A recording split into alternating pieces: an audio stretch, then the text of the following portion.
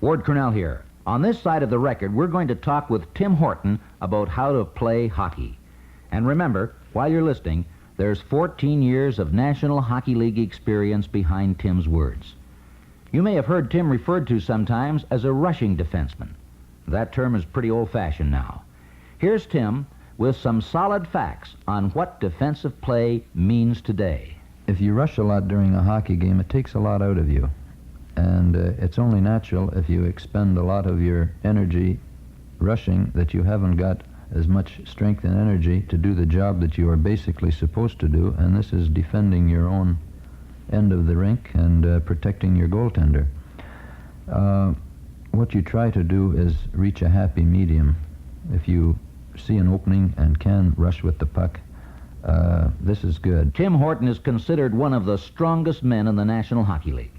But, as Tim points out, when it comes to checking, it's how you use your strength that counts.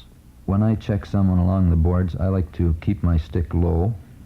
I feel that I don't want to hit the other fellow on the head with my stick, and I certainly don't want him to hit me on the head with his stick. When you take someone out in the corner, I like to keep my hands on my stick. It's something like a low cross-check is actually what it adds up to. It's instead of cross-checking the person above their shoulders, you just cross-check them down around their waist, and you can get a good grip on your own stick, and you can get a lot of force behind it, and I think you can slow the player up and take more out of him with a check like that than you can by trying to go after him with a high stick. Winning is always teamwork, and one of the greatest team plays in hockey is the famous leaf strategy used by Tim and his partner, Alan Stanley, to get the puck out of the leaf end. In our system, we've been fortunate over the last number of years that we've had set defense combinations. I myself feel very fortunate that I've been able to play with Alan Stanley, and between the two of us, we have worked out a couple of little plays that make it a lot easier on both of us. Depending on who gets the puck, if Al gets the puck in our end, he will go around behind our net and stop. When I see him do this, I fade over into my corner. I don't stay out in front of our net. I fade over into our corner, and when they're forward, usually their center man, goes in to check Al, he'll start to come out towards the centerman, and at the last second dump the puck over to me in the corner, and I am usually open and able to come right out with it. If I can't skate out with it, I usually have time to look up and hit one of our forwards with the pass. And this works in reverse. Strategy, player selection, experience. It takes all these qualities to create a great partnership like Horton and Stanley. And a little bit of luck helps too. Listen now while Punch Imlach, Maple Leaf coach, gives us the background on this specialized player cooperation. Yes, it was a lucky day for the Leafs when Alan Stanley and Tim Horton were put together. Defensemen must work together not only in getting the puck from the opposition, but also in getting it out of their defensive zone. There are two ways to do this. You can carry it out or you can pass it out. Tim can carry the puck better than Alan, but Alan can pass the puck to our forwards better than Tim.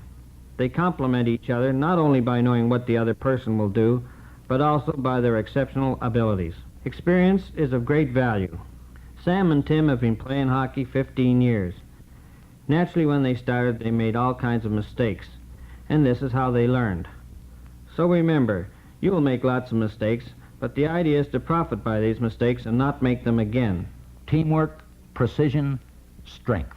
14 years NHL experience.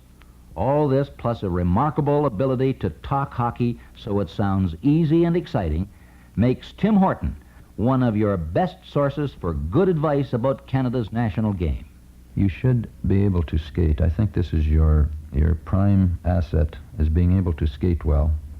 It's something that you cannot spend enough time on. You can never really skate too well. Stick handling is important. You should be able to handle the puck a little bit. You don't have to be Max Bentley and a dipsy doodler, but I think you should be able to control the puck. Passing is important.